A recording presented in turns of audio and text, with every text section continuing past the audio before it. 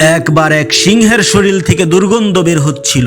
সেই সিংহ তার সামনে থাকা একটি হরিণকে জিজ্ঞেস করলো, এই বেটা, দেখতো আমার শরীর থেকে দুর্গন্ধ বের হচ্ছে কিনা। সেই হরিণ বলল, মহারাজ, সত্যিই তো আপনার শরীর থেকে প্রচন্ড দুর্গন্ধ বের হচ্ছে। হরিণের এই কথা শুনে সিংহের মাথা প্রচন্ড গরম হয়ে গেল। সিংহ হরিণকে দমক দিয়ে বলল, বেটা বেয়াদব, সাহস তো কম না, আমার শরীর থেকে দুর্গন্ধ বের হচ্ছে, এটা তুই আমার মুখের সামনে বলিস কি করে।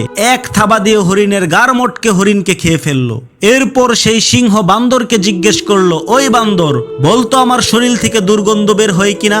সিংহ যে হরিণকে কি অবস্থা করেছে সেই দৃশ্য দেখে বান্দর বুদ্ধি করে বলল, মহারাজ, কি যে বলেন, আপনার শরীর থেকে কি কখনো দুর্গন্ধ বের হতে পারে? এই কথা কে বলেছে? আমি তো আপনার শরীর থেকে সুঘ্রাণ পাচ্ছি।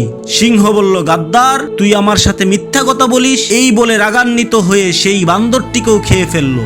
এরপর সেই সিংহ এক শিয়ালকে জিজ্ঞেস করলো, ওই শিয়াল, তুই বলতো আমার শরীর থেকে দুর্গন্ধ বের হচ্ছে কিনা। হরিণ এবং বান্দরের নিঃশংস করুণ পরিণতি দেখে সেই শিয়াল বুদ্ধি করে বলল, মহারাজ, আমাকে ক্ষমা করবেন, আমার সর্দি লেগেছে, যার কারণে আমার নাক বন্ধ হয়ে আছে, আমি আসলে বুঝতে পারছি না আপনার শরীর থেকে গন্ধ বের হচ্ছে কিনা। তখন সেই সিংহ শিয়ালকে কিছুই করলো না। প্রিয় বন্ধুরা, এটা সিংহ আর শিয়ালের গল্প নয়, এটা আমাদের সমাজের বাস্তবতা।